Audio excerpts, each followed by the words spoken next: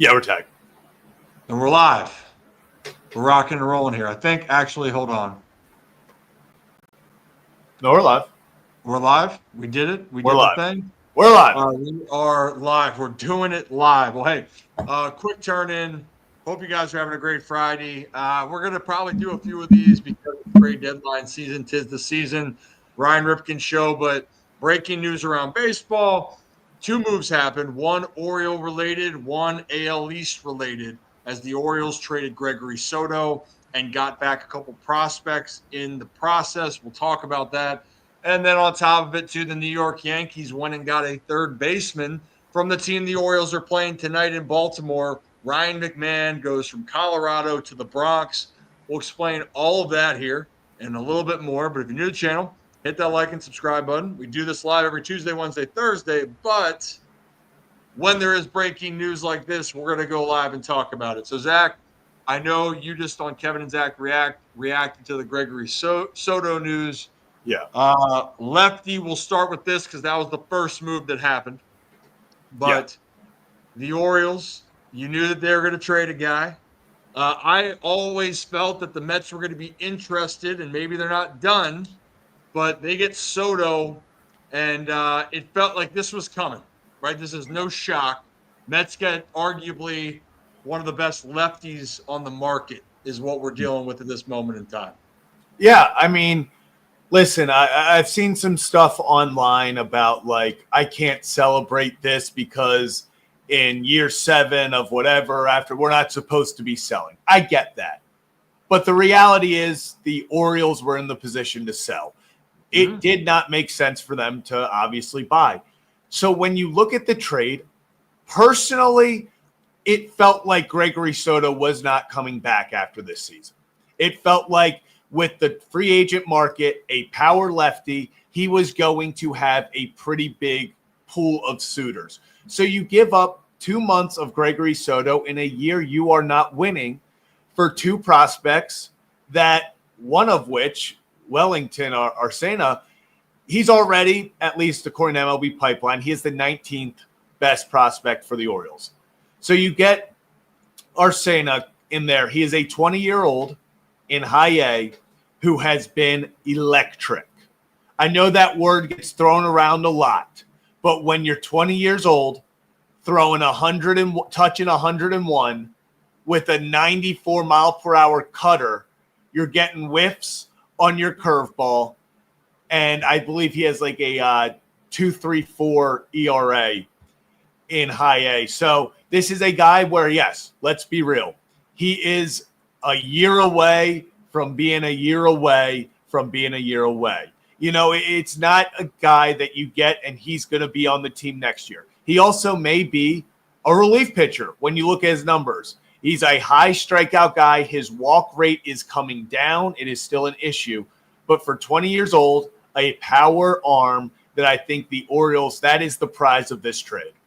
And then for you to get that plus an arm in Cameron Foster, who 26-year-old in Double-A, putting up a great season, can maybe even come up towards the end of this year and see what you have there and then have him for the future.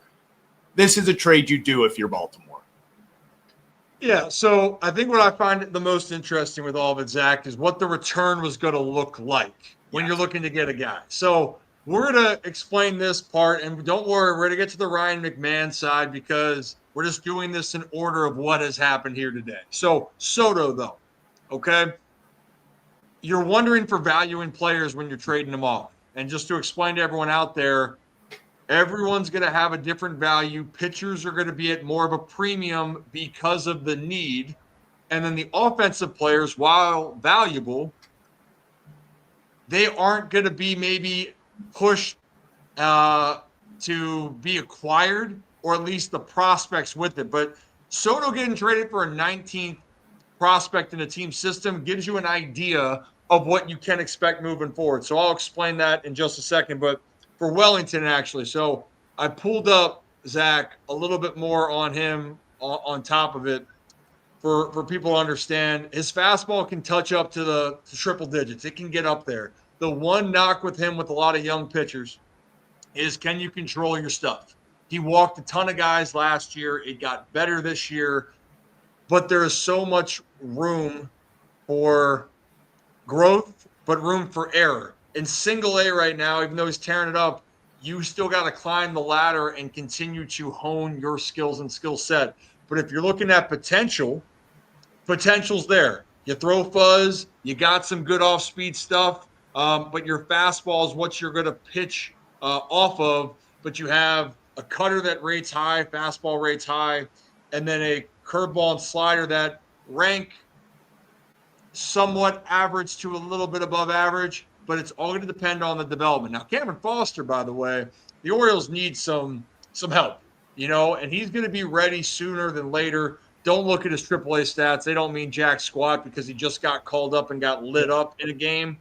But a 1.01 ERA, still striking out more than one batter for every inning, so 26 innings, I believe, 34 punchies. It's a good little piece there. It's a good little piece, but now I'm curious what the price tag will be for some of the other guys, because I'll tell you what, Zach, since Soto went for this, Sir Anthony Dominguez, should they move him, which I think that they will, he probably can get a top 15, maybe scratching the surface of a top 12 prospect in someone's organization, maybe packaged in with somebody else. And we're hearing rumors that, hey, the Mets might not be done with the Orioles, and we'll get into all of that. And again, you're new to the channel, hit that like and subscribe button. Ryan Ripken Show. We do this live every Tuesday, Wednesday, Thursday, and then stop traffic when deals happen.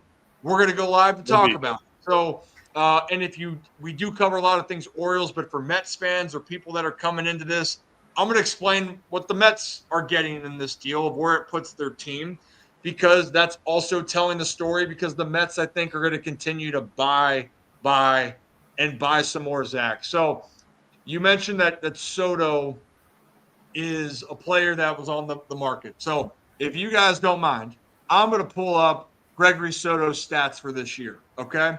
And he has been dynamite as far as facing left-handed batters, okay? So with that, we will start with the positives of what they are getting, okay? Here's the split, Zach. Whammy. And right there, if you're looking at the splits, 3.96 ERA, all right?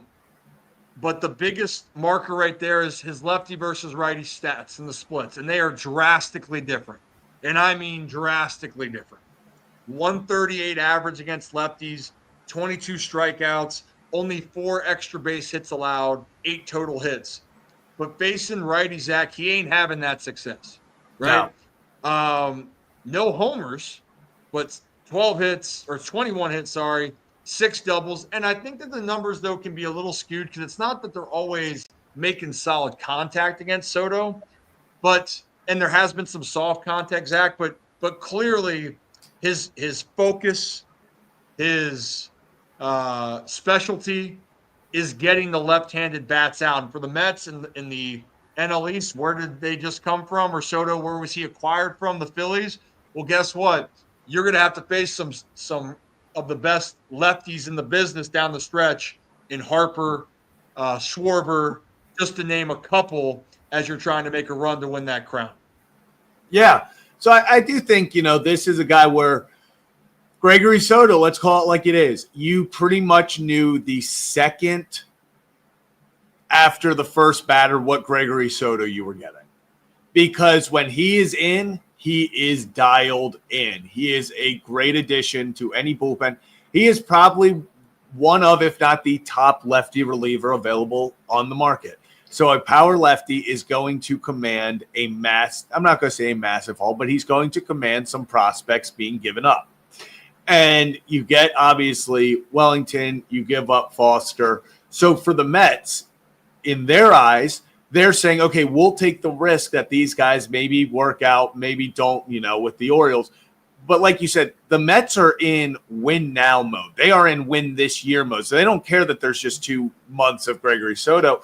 Their focus is, like you said, it's going to be getting out the Bryce Harpers, the Schwarbers. It's what can you do in those big moments. We want to start talking about, in the playoffs, you're going to need a guy to come in when the Dodgers have Shohei and Freddie Freeman coming up. It's not just about, he's been decent, versus lefties, bad versus righties. It's the Mets need him for situation stuff right now. The Orioles didn't. The Orioles bringing in, having 2 months of Gregory Soto before he leaves in free agency doesn't do anything. For the Mets, I think this is a win-win for both clubs. We'll figure out down the road what really happens, but I think both teams kind of got what they were looking for in this deal.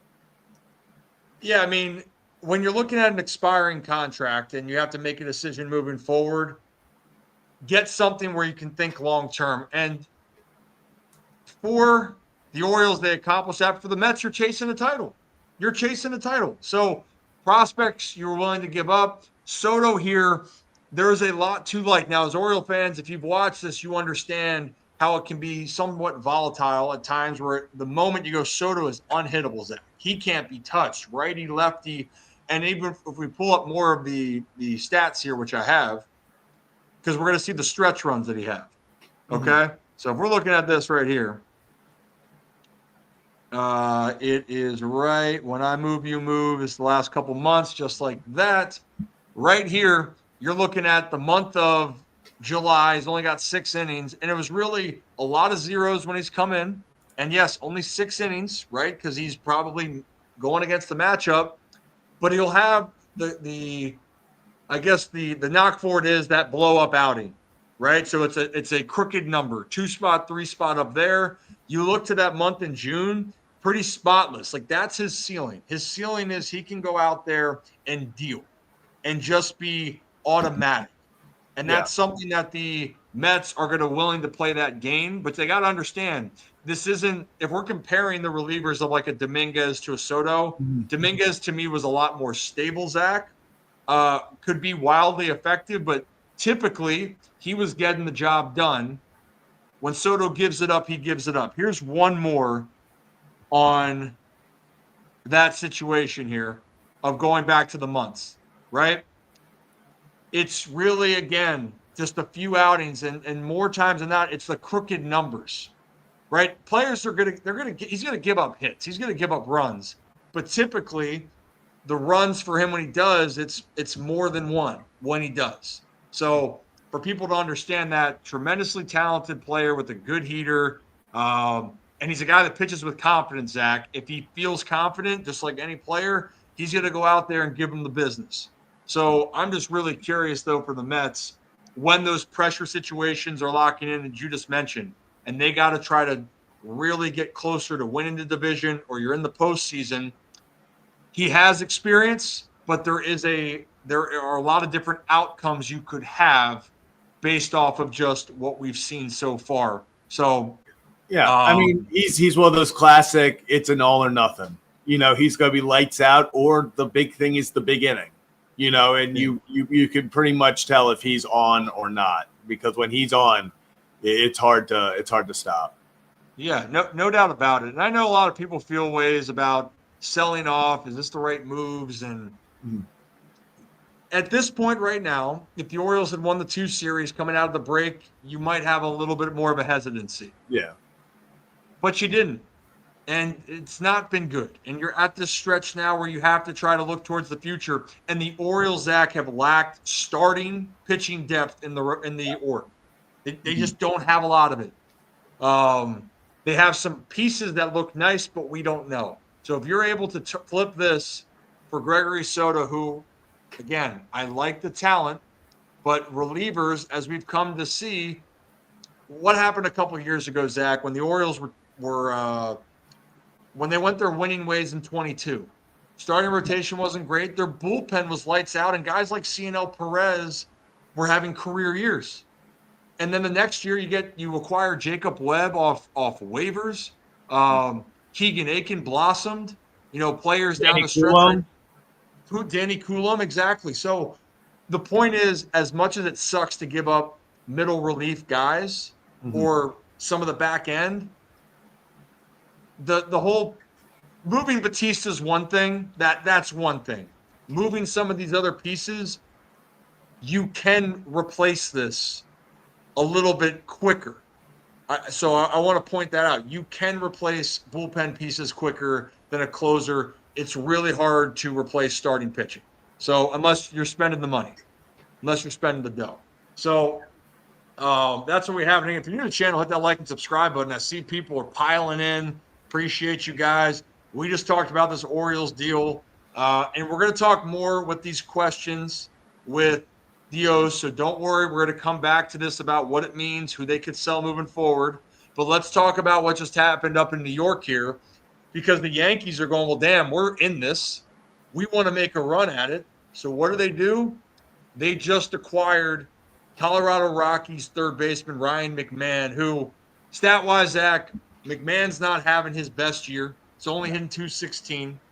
But you know what's interesting? I think I had this saved.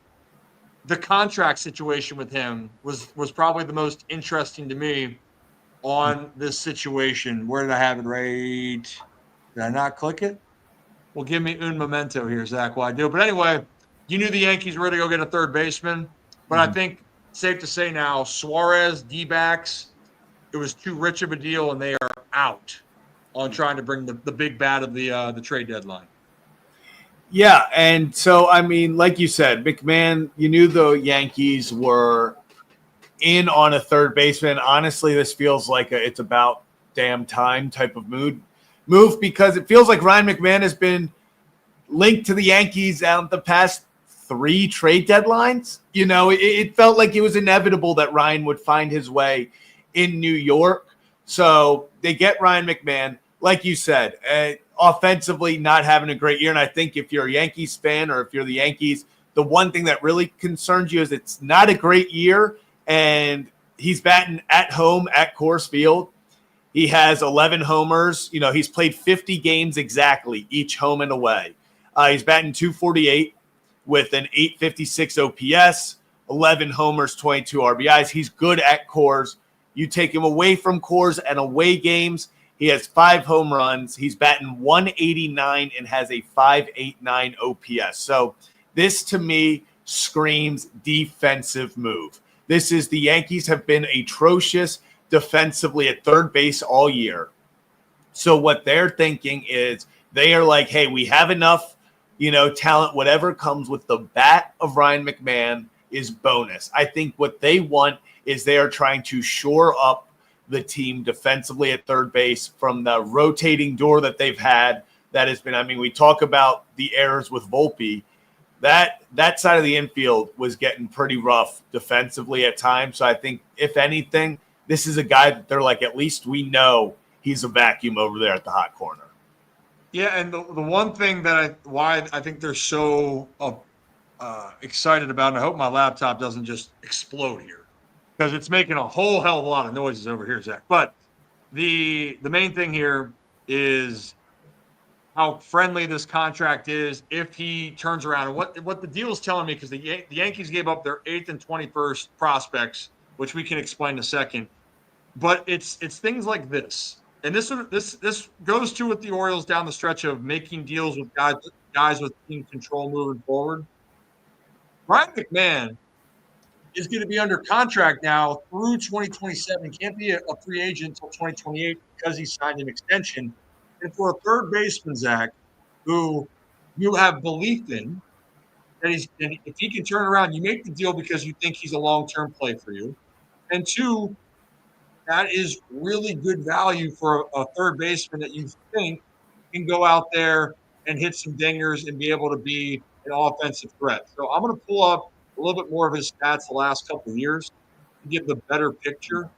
I will say, for me, I actually think the contract makes it a weirder move for the Yankees, to be honest, because I get the defensively, but you're really hoping a guy who next year is going to be 31, making $16 million for the next 2 years each at 31 and 32.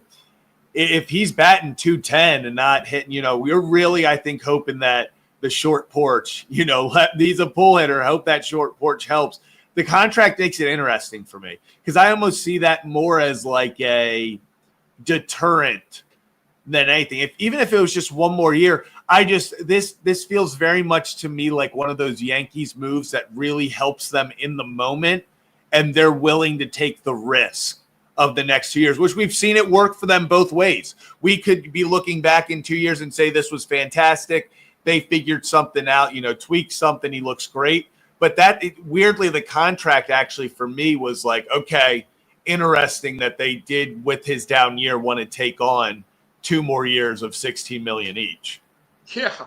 I mean, but I think the point with it, Zach, is that they are buying. They are buying Ryan McMahon. Oh. They're going, this dude is going to be our guy. And they got the stock.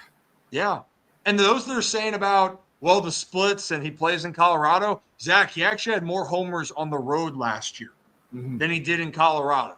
And yes, of course, when you're playing out there, it's nice. The ball flies. You play golf out there, you feel like you can hit it 400 yards like Happy Gilmore, and welcome back, Happy Gilmore, too. I got to watch it, that it's out there, right? But there wasn't more discrepancy in 2023 where he hit 220 on the road, but still, Zach, he had pop on the road. He still had 9 jacks on the road, 14 at home. Going to play in New York is a good hitter's ballpark. It's a good place to go hit. So I think for the Yankees, they acknowledged that the Suarez deal was going to be way too much, especially that there was no guarantee they were going to sign him. So why not go get a guy that you think, if he averages what he does the last 3 to 4 years, 20 jacks, can hit 240, I think the Yankees will take that production, get 60 to 70 RBIs. You'll take it because the Yankees, outside of Judge, they've added some pieces, but they need more oomph in their lineup when it comes to all that. And, Joe, I see you right there. Holy moly, 222 in the live chat. Where are y'all at on Tuesdays and Thursdays? It's a great question. Well, when news breaks, people are brought. But if you guys want to join us live, we do a live show every Tuesday, Wednesday, and Thursday from 2:30 to 4:30. We talk a lot of ball. We're based out of the Maryland region, right out of Baltimore. But we talk all baseball. Football season, we'll be around to talk about it. And we get to talk with some great guests. I mean, hell, speaking of the Mets and him working for it. Oh, sorry about that. We talked to Jim Duquette just a couple weeks ago about the trade deadline and market. We have a lot of the great analysts that come on, and we have some players that are going to join us. And check out the Legend series if you're new to it. If you like baseball, I think you might like what we have to offer here. We'll have some experts on to talk about all the prospects that change hands, guys like that. So if you're looking for a place, you're like, hey, what do these prospects mean? What we might not be able to tell you right away, but we're going to find people that can tell you, the experts on it, and we'll get them in so we can talk about it. No doubt. And also, when the fall moves around and I see people on times, we're probably going to have to change our timing up. I'm the problem. Zach, you know this. It's because I do radio and some TV work in Baltimore, so my schedule gets a little bit changed because I got to go on and talk about it later on in the evening. But don't worry, when that starts to settle, we'll have some different times. But if you guys are just joining us now, hit that like and subscribe button. Ryan Ripken Show. We do this live every Tuesday, Wednesday, Thursday for one more time for the one time. But we are on here because 2 moves went down. Gregory Soto, Orioles left-handed relief arm, is going to the Mets for 2 prospects, Wellington Arcena and Cameron Foster, relief pitcher. I guess he started 1 game technically, but relief guy.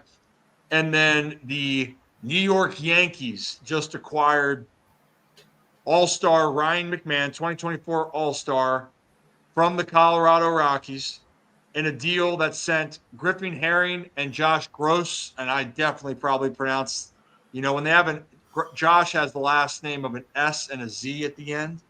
And, I'm going to be honest, I got Invisalign into Zach, so like the pronunciation might be a little bit off, but that's the number 8 and 21 prospects that the Yankees are sending to Colorado. I gotta say though, I do feel for Griffin Herring because I gotta say, if you are a pitcher kind of rising through the ranks, you're feeling really good. You're feeling like, okay, I got something. I can put this thing together. Don't think the best news in the world is you're going to be pitching at home in Colorado. You're probably like, oh, okay, that makes things a little bit less fun, So for that aspect, he'll probably get more opportunity and all that. But there is always part of me when I see pitching prospects going to Colorado that I'm like, oh, I know they're like, okay, Colorado's cool. Yeah. And Griffin and Josh, by the way, for those that wanted to know, they're both currently in high A, and they've even elevated up the prospect list. Josh went from 21 with the Yankees to 18th for the Colorado Rockies list, and Griffin just went from 8 to 5 over there. And look, Colorado's system has not been considered good. It hasn't been. But I'll tell you what, because I saw it firsthand, because they were a pain in my ass playing them in the minor league, Zach. The Yankees pitching development is so damn good. And so that's one thing I want to monitor. It's a good opportunity for them. But to your point, getting to the big leagues and playing in Colorado, you're going to expect a tougher decision or tougher task, I should say. But for both of them and for the Rockies, they needed to add more pitching depth. They are in such an interesting time right now where their teams hasn't been competitive. Their fans, they're still drawing about 30-some thousand fans because Colorado and Denver's beautiful. And then you just drafted Ethan Holiday, who great upside, but you need to see like what your nucleus of prospects are going to be. And in this case, with Ryan McMahon, you clear the book. You can say you're continuing to rebuild. Well, the Rockies didn't have a good rebuild plan to start with. So they're moving on. They're doing the damn thing. And for the Yankees, Zach, we'll see. Them acquiring Jazz last year ended up being a huge boost for them where people didn't know how it would fit. It was a boost. Maybe the same can be for Ryan McMahon as the Yankees try to chase down the red-hot, sizzling best team in the American League, Toronto Blue Jays. How about that? Are they the best team in the American League? Do they have I believe they are. Because I was going to say, I thought a certain team might have caught them, the inevitable, but they passed them. Because for a split day, the Astros had the best record, and it was inevitable. Yeah, the Jays with the win yesterday, they took, but the Astros, talk about it, inevitable. Trade away your best player, Kyle Tucker, best. Gotta give it to him. Yeah. Well, the Jays, though, less expectation, right? And they're doing the little things to win games. For these teams that we talked about, the Yankees didn't have a great series against Toronto. Woof. If you watch that, woof. Defense was not good, but the Yankees are going to be in this thing. They're gonna be in it. Now, as far as for Baltimore, Zach, as we kind of bring that back to this. Yeah. This is the first of many moves I believe they're going to make. I'm really curious what the value, and when I was on 105.7 The Fan today, asked about what's Charlie Morton's value going to be. It's hard for me to it should be interesting, but how high, Zach, with a guy you really are only depending on for 2 to 3 months? What about Zach Eflin, who I think if we're talking about starters that they would move, Eflin would be right behind Charlie as long as he's healthy. Long as he's healthy. Monday's a tryout. I see Monday as a big – because that was, I believe, his next day. I think Monday's going to be the telling for Zach Eflin. Looked great in his first game back, just literally the one pitch. Wasn't even a bad pitch that Jose Ramirez took for a double. Zach Eflin does that again on Monday. I think he is very much, like you said, in that right behind Charlie Morton as well, those top guys available. For Charlie Morton, I think he gets the biggest return. And simply because, let's be honest, Charlie's a known commodity. And for a lot of these teams, they know what Charlie Morton can do, and he's been there, done that in the playoffs. You keep seeing, I see John Heyman tweet at least once a day. We've seen the Mets love Charlie. We see every team is calling, the Orioles apparently are getting calls every day about Charlie Morton. And I think he's just one of those guys where if you're going to take a chance in a pitching market right now at the trade deadline that, let's be honest, is probably the worst it's been in a while. You don't really feel like you have that guy out there unless you want to somehow give up your entire team and future and try to pry Mackenzie Gore or something from the Nationals. There's not really that, that's the prize. Yeah, Gore would cost a ton. Yeah. I've seen apparently the Nationals I saw were considering or saw seeing some rumors about that. If you want to give up the house, but we're talking realistically speaking. I don't think they move from Gore. He's got the same thing. You got to give up the house for a guy like Gore. You got to give up the house for Joe Ryan on the Twins. Yeah. Two guys that they don't need to move because they're foundational pieces that they have. The reason why I just don't think that Morton's value would be interesting to teams out there because of his track record, postseason experience. What are you willing to give up for a guy that if you make the trade, you're saying we only expect to have him for 3 months? And not that that's not the case for other guys, but like look at Zach Gallen, for instance. And that's probably a great example on the Diamondbacks. Zach's a pending free agent, has an over 5 ERA this year, a guy that, just last year and the years prior was going, this is an ace of a staff. This guy is a top 2 at worst pitcher on your roster. But if you're going for it this year, what confidence does that give you to trade for a rental in that case? So I'm really curious on the starting pitching side, Zach, because I think if a guy wants an elite option, you have to give up more, or you are trading for the potential what he can get back to. So Zach Allen would be another one, Zach's one. Sandy Alcantara is going to be another one. Like those are the two. And I know a lot of people will also say it's Ryan, Sandy Alcantara. Everyone I talk to that does it, they roll the R with Alcantara, and I can't roll it. Okay, but Sandy's under team control. He hasn't pitched as well this year, coming off injury. Those are the spots. Mitch Keller with the Pirates. I think a team getting Mitch Keller, he would be one at the top of my list for controllable arms. And it's not the moves act that's going to get people all excited, but it's moves that can help. And that's why when it's a different value of who can help you and what are you willing to give up. Because another one that teams average wise, at least, in Baltimore, they might not feel as highly about him right now. But that center fielder in Baltimore that has been through it and can be rejuvenated somewhere else, I think a lot of teams want Cedric Mullins, Zach, because they see the value of his leadership and what he brings despite his struggles in Baltimore this year in a place where things just haven't gone right for anybody. Yeah, I was going to say, and I agree. I think Mullins is another guy that it's going to be surprising for people because I think, like you said, he is a guy who, if you look at the stats, if you look at this year, he's not jumping off the page. It's been a down year for him. But teams are going to want to be the team that rejuvenated it because we've seen what Cedric Mullins can be. We've seen what it looks like when Cedric Mullins is playing at the top of his game and what he can be. I mean, Ryan, we're talking about teams that want him for a playoff push. Who is the only player that found a way to produce last year offensively in the playoffs for Baltimore? Cedric Mullins. So it's a guy who's been there. He has leadership. He's, one of those guys where you put him out there in center field, you know what you're going to get. And I think he is one of those guys that has a lot of value for a team. I'm not saying he's going to get you a top 10 guy from someone's prospect rank.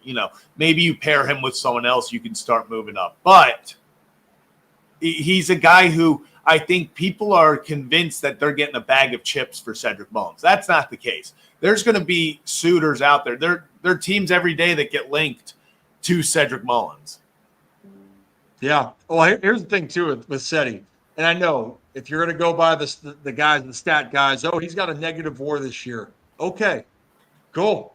I get it. Cedi has not played as well as he has hoped. Okay? He hasn't. But if you were going to tell me an outfielder that these numbers over the last 4 years, Zach, since he was an all-star in 2021 where he's not going to hit 291 and have 30 home runs, 30 doubles, and 30 bags. Okay? It's not going to happen. Like that's a career year for almost any player that's not like Aaron Judge, right? Like where Aaron Judge and Ohtani rewrite the books every year, right? But if I were to tell you that Cedric Mullins over the last, counting this year, he is going to, on average, hit 15, 16 home runs and have anywhere between 20 to 37 doubles on top of it. And then he's going to steal upwards to 30 bags.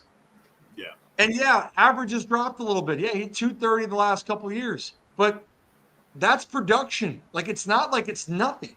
And there are teams, especially now that the batting averages have dropped, he is a impactful bat still. Now, what the price will be, Zach, I don't know. But teams are going to listen for him. We heard the Phillies really liked him. And I want to emphasize this. Just because you're having some struggles in one place doesn't mean you can't figure it out and get going again somewhere else. When you're on a team that loses, it sucks the life out of you, man. You can do all you can. But when it's losing and you know the pressure's there and it can be toxic and you're frustrated, a breath of fresh air somewhere else can change a perspective. Yeah. It's a place, like really you said, yeah. Yeah. And in Cedric's place, just getting past, like, losing is contagious, just like winning is contagious. How many players did it feel like everyone was clicking when the Orioles were winning?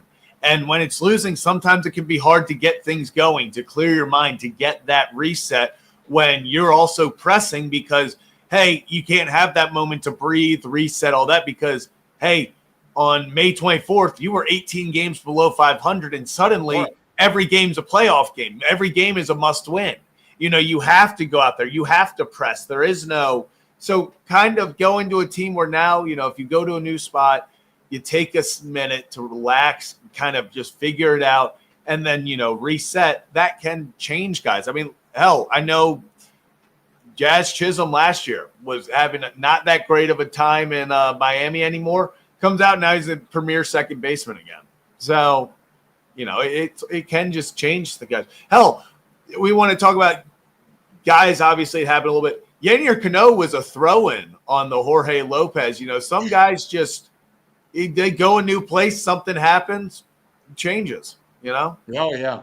Hey, and you know what? If you're new, by the way, and we appreciate Zach. I mean, we just did this because we're like, screw it. We're going to do it live and have fun. And we're having a ton of people, new faces I've seen, a lot of our old crew. But if you're new to the channel, Ryan Ripken Show, we are live typically every Tuesday, Wednesday, and Thursday from 2:30 to 4:30 Eastern time. But when news breaks, we're going to talk about it. We talk about a lot of things around the Maryland region, but baseball is definitely my backbone. I played professionally. For those that don't know, hi, my name's Ryan Ripken. I played professionally for 8 years, got up to AAA, and then didn't play well enough to keep playing. But I played a lot. I played with a lot of the teams with the Orioles organization, the Nats, and that is always going to be my backbone here. But we talk football, and I saw that apparently Chuck Clark signed with the Steelers. We're not going to talk about that today, but allegedly. Point is, we love to talk about this and all of this. So I just saw Aaron. It's a new face. Brother, do you think Oneil Cruz is going to the Yankees? Because when we're talking about value at deadlines, by the way. They tried. Apparently they tried. So Oneil, talk about a guy, him. I played against him. I told you that, Zach, quite a bit. It is terrifying as hell if he hits a rocket at the first baseman because that's what my position was. And I'd hate to sit there and have to hold the runner on and turn around or move and go, damn, I hope he doesn't hit this ball 120 right at me. Oneil Cruz, tremendously talented, tremendously inconsistent, right? Has a hose for an arm, can hit the ball a mile, but it's inconsistent play. He's not a center fielder. So when he comes to making these types of moves, teams have to be willing to deal with some big growing pains where he might never reach that ceiling. And that's the debate of a veteran. Like at the deadline, Zach, this is why veterans are more appealing to winning teams than question marks. Because when the shit gets tough, this is what I get. This is what I know. And it might not work out. Yeah. But you have a baseline of understanding that these guys know how to get through it I think Oneil Cruz, I would be surprised if the Yankees got him. Not that it couldn't work out in the future, but that is some serious, serious risk if your goal is to win right now in 2025. Whoever was to make that move. If you're trying to win right now for a center fielder, no doubt Cedric Mullins should be at the top of teams' lists if you're looking to help your team at this current moment. Yeah, and that's the whole thing, especially when it comes to a guy like Oneil Cruz. I just don't think the risk is worth it. This is a guy who, yes, let's say the Yankees. He can go with that short porch in right field. He could probably hit 50 home runs a year. Now, the issue with Oneil Cruz is that means he has to hit the ball that many times. He is a strikeout guy. He is swing or miss. He is also, which would go over fantastic in New York, he's a guy who's had some hustle issues. He gives up. He has let balls go by him and let his teammates run after them. He has had issues. What it would take to get Oneil Cruz, I don't think is worth it.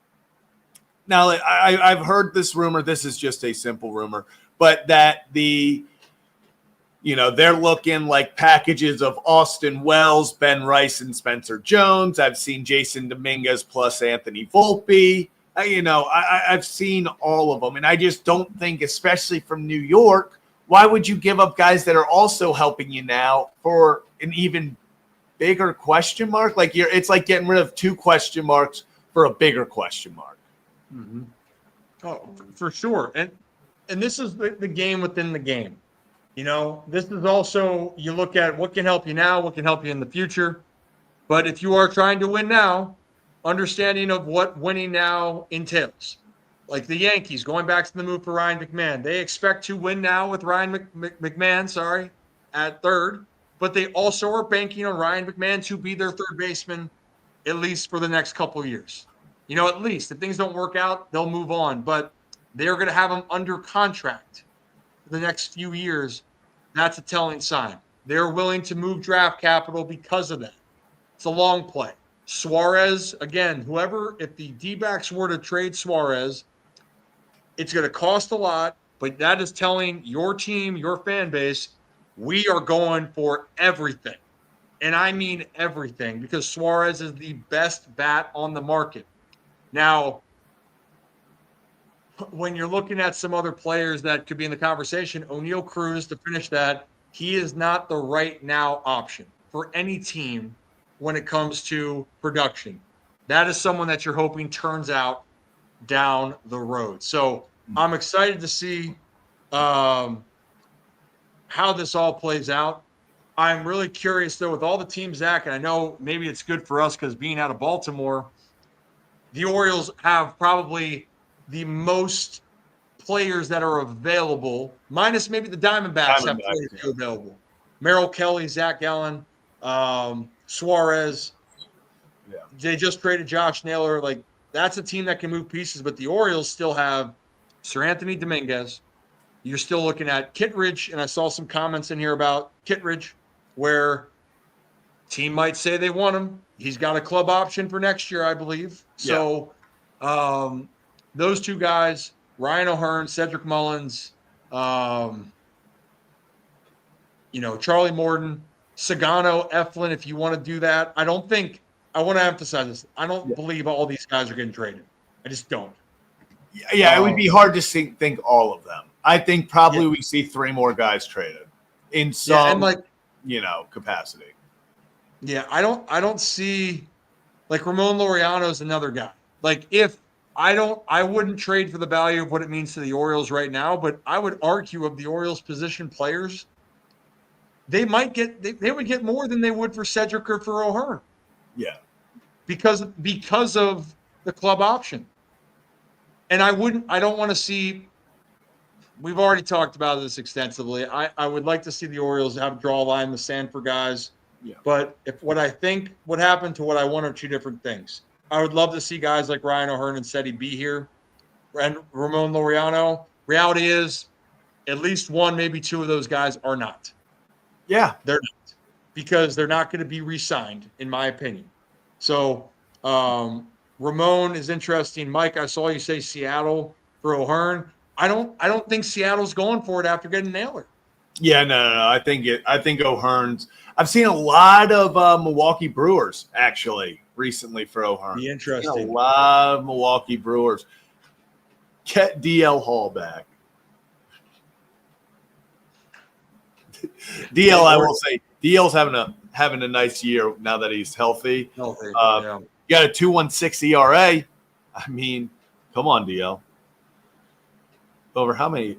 Yeah, he's pitched 25 innings, got a 2.16 ERA. Mm-hmm. Good for him. Good for him. He's always been a guy. It's just about staying healthy. Talent's there. And also for him, he was my teammate for a while, and it's really cool when you see the evolution of players on and off the field. So I knew DL when he was a teenager, right? Because he was a high school kid, and we were teammates together. I think when he was 19 years old for the first time, and seeing the evolution of him on and off the field. His biggest thing is if he can stay healthy and control his emotions and the mental side, he's got some upside. He really does. He's got some certain upside. Well, guys, I think we've gone over things. I think this is a good time, but we might just wrap it up because who knows? I might be driving home, Zach, and I'm going to go, damn, we got to do this again, right? But if you're new to the channel, hit that like and subscribe button. If you want to be part of the channel members, I also do a couple things behind the scenes. Our channel members, Rip After Dark. We shoot the shit, have fun, a little bit off. You can have more of I don't want to say a more intriguing time, but also it's a little bit more intimate where we can talk about whatever we want to talk about on the day-to-day. So if you want to be a channel member, click that join button. It helps make the content better. And if you watch us on Tuesdays, Wednesdays, and Thursdays, we'll be back in our studio. And yes, join the Discord. Let me we'll get the Discord link in there real fast. Join the if you need me to.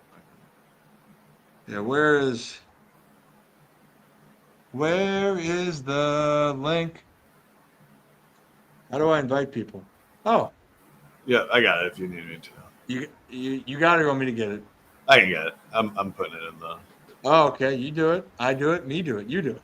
Yeah, we got 270 people currently in the community there as well. So there's the Discord link if you'd like to go.